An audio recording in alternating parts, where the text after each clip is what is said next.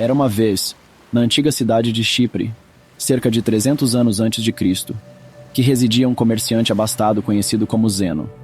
Ele acumulou grande riqueza ao longo de sua vida e estava prestes a alcançar ainda mais sucesso.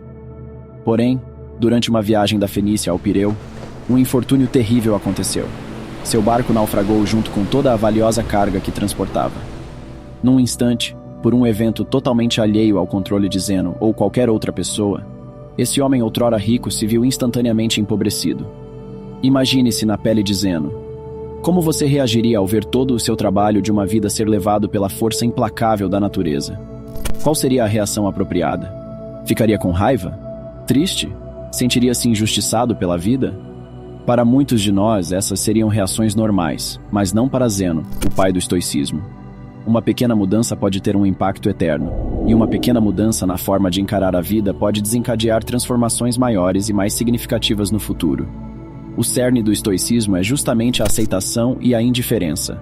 Após estudar as obras de Sócrates e outros grandes filósofos, Zeno desenvolveu e ensinou o estoicismo. De acordo com ele, embora não tenhamos muito controle sobre o que nos acontece, temos controle sobre como reagimos a esses eventos, e devemos utilizar esse controle de maneira sábia. Em vez de lamentar o leite derramado, ou neste caso, as mercadorias afundadas, Zeno concentrou-se em manter a compostura diante da situação, permanecendo calmo e sereno, apesar de seu infortúnio. Hoje em dia, inadvertidamente, as pessoas veem os estoicos como seres inabaláveis, que não se entregam a extremos emocionais, nem sucumbem a acessos de raiva ou crises de ansiedade. Mas a ideia original do estoicismo era muito mais abrangente. Mais do que uma descrição de pessoas desprovidas de emoções, o estoicismo era uma maneira de enxergar, descrever e compreender o mundo. Era um estilo de vida, e esse estilo de vida tem perdurado por séculos. A filosofia estoica pode ser aplicada às situações contemporâneas da mesma forma que era aplicada há milhares de anos, e seus benefícios são tão impactantes agora quanto eram na antiguidade. O estoicismo nos permite processar essas emoções negativas, decorrentes de experiências desfavoráveis, e transformá-las em pensamentos que nos proporcionam uma perspectiva única do mundo. A perspectiva é tudo, e cada pessoa no mundo tem experiências diferentes, e, portanto, perspectivas distintas das coisas. Como os estoicos se reuniam, discutiam e ensinavam filosofia em um local público, sua filosofia geral se tornou amplamente conhecida. Eles acreditavam que os princípios estoicos poderiam beneficiar grandemente qualquer pessoa, independentemente de sua posição social. E por isso, não fazia sentido esconder esse conhecimento atrás das quatro paredes de uma escola ou dos pátios do palácio. Consequentemente, qualquer pessoa, de escravo a imperador, podia aprender e tornar-se um estoico, e assim o fizeram.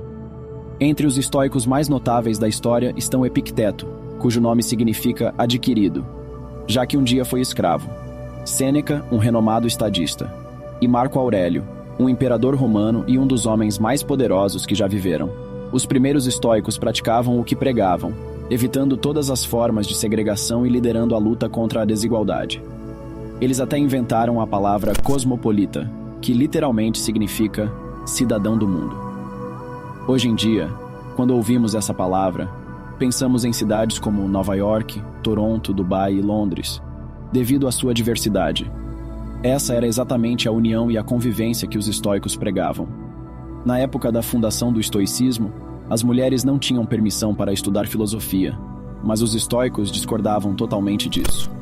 Musônio Rufo, mestre de Epicteto, certa vez disse: "Não são apenas os homens que possuem entusiasmo e inclinação natural para a virtude, mas também as mulheres.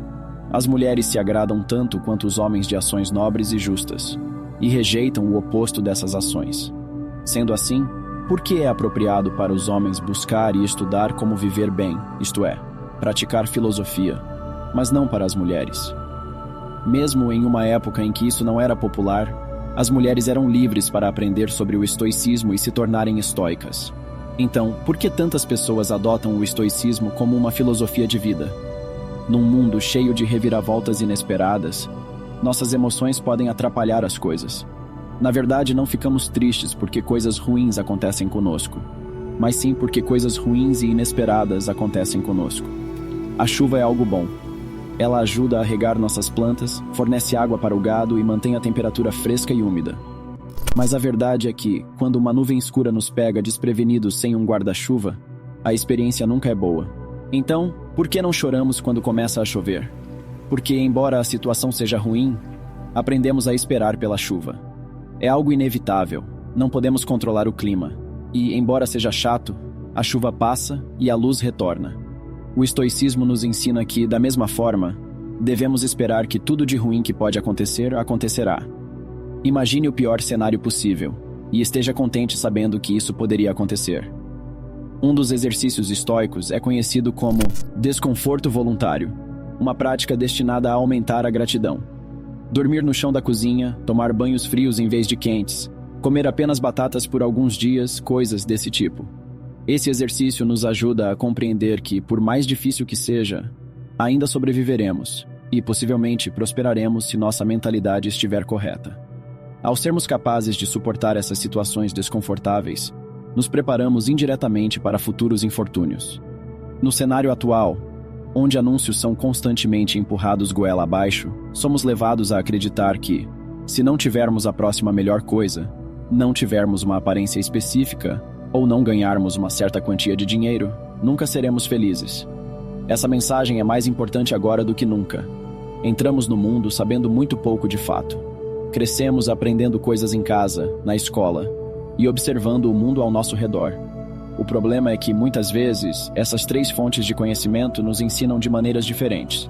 A questão é, precisamos internalizar todo esse conhecimento? Se o fizermos, podemos estar criando expectativas irrealistas para nossas vidas, o que nos deixará, em última instância, desapontados e insatisfeitos. Essa não é uma maneira saudável de viver. Em vez disso, devemos focar em melhorar a nós mesmos, por nós mesmos. Devemos fazer as coisas por nós mesmos e apenas por essa razão. Anexar qualquer esperança externa ou apego secundário às ações que tomamos quase sempre leva à decepção. Na maioria das vezes, acabamos tentando preencher esse vazio com coisas externas. Gastando todo o nosso dinheiro em um carro luxuoso, uma casa ou até mesmo formando uma família. Às vezes fazemos todas essas coisas pelo valor externo que elas têm, e não pelo valor interno. No entanto, o estoicismo ensina que, se abordarmos a vida dessa forma, colocamos nossa felicidade nas mãos de forças externas, que podem sempre falhar. Carros quase sempre quebram. Desastres naturais devastam cidades inteiras. E a taxa de divórcio aumenta a cada ano. Mas mesmo as coisas gratuitas na vida têm um custo. O custo é o espaço, tanto físico quanto mental. Como Sêneca escreveu uma vez, aprender a viver com menos criará espaço em sua vida para as coisas que realmente importam para você. Portanto, devemos colocar nossa felicidade em nosso valor intrínseco como seres humanos, e não nas coisas que possuímos ou podemos adquirir fisicamente. Devemos escolher fazer o possível para manter a cabeça fria, independentemente do que a vida nos reserve. Porque, independentemente do que desejamos, no final do dia, não temos controle sobre a maioria das coisas que nos acontecem, mas temos controle total sobre como reagimos a essas coisas. Essa é a dicotomia do controle, o princípio mais importante do estoicismo. Nas palavras de Epicteto, a principal tarefa na vida é simplesmente esta: identificar e separar as questões para que eu possa dizer claramente a mim mesmo quais são externas e não estão sob meu controle, e quais têm a ver com as escolhas que eu realmente controlo. Os estoicos ensinam que precisamos aprender a separar o que podemos controlar do que não podemos. Devemos determinar nosso valor não pelas coisas que não podemos controlar, mas pelas coisas que podemos. Buscar objetivos é uma característica admirável, mas se desesperar quando as coisas não saem como esperávamos é, do ponto de vista dos estoicos, inútil. Fazer vídeos no YouTube é, bem, muito mais fácil do que ser um imperador romano, mas ainda pode ser desafiador às vezes. Primeiro, você precisa ter uma ideia, o que pode levar uma eternidade. Em seguida, pesquisar sobre a ideia, descartá-la porque é ruim. Começar novamente, fazer um roteiro para o vídeo, criá-lo, editar, criar a thumbnail, o título e tudo mais antes de clicar em enviar. Tudo até o momento em que você clica em enviar está sob seu controle. No entanto, uma vez que você clica no botão, o poder passa para o algoritmo do YouTube. Ainda assim, muitas pessoas julgam o sucesso de seu canal do YouTube ou conta no Instagram com base no número de visualizações, inscritos ou seguidores, métricas que, em grande parte, estão além do seu controle. O estoicismo ensina que, em vez disso, devemos avaliar o sucesso de nosso trabalho com base no esforço que dedicamos a ele, e não no resultado de nossas esperanças externas.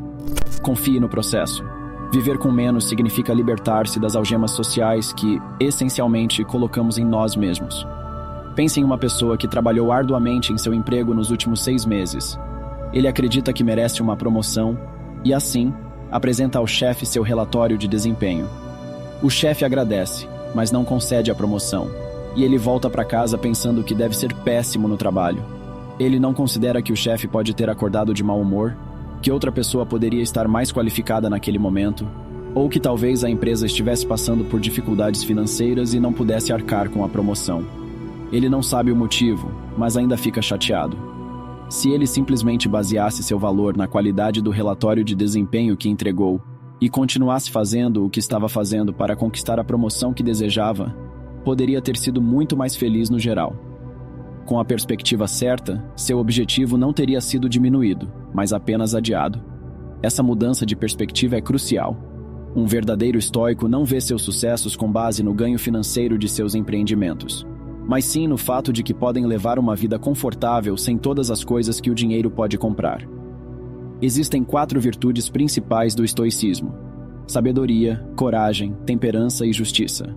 A sabedoria consiste em ser capaz de distinguir o que é interno do que é externo, e na habilidade de escolher como reagir às coisas que nos acontecem.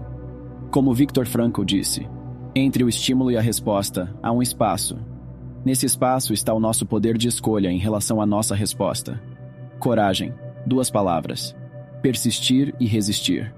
A temperança, ou moderação, é o que acabei de fazer aqui: fazer mais com menos, dizer mais com menos palavras. Enquanto Jeff Bezos e Elon Musk brigam no topo da lista da Forbes, os estoicos acreditam que o limite da riqueza deve ser simplesmente ter o essencial, e em seguida, ter o suficiente. Justiça é a virtude mais importante de todas. Ela ensina que ninguém deve prejudicar o outro, porque nascemos uns para os outros, para fazer o bem uns a outros e não a nós mesmos. Nelson Mandela foi um dos líderes africanos mais famosos do mundo. Enquanto lutava contra o apartheid, ele foi condenado à prisão perpétua e ficou preso por 27 anos antes de ser finalmente libertado. Quando saiu da prisão, foi eleito presidente da África do Sul, e assim, muitas pessoas pensaram que ele iria punir severamente todos aqueles que tiveram algo a ver com o apartheid ou sua prisão. Mas é claro que ele não fez isso.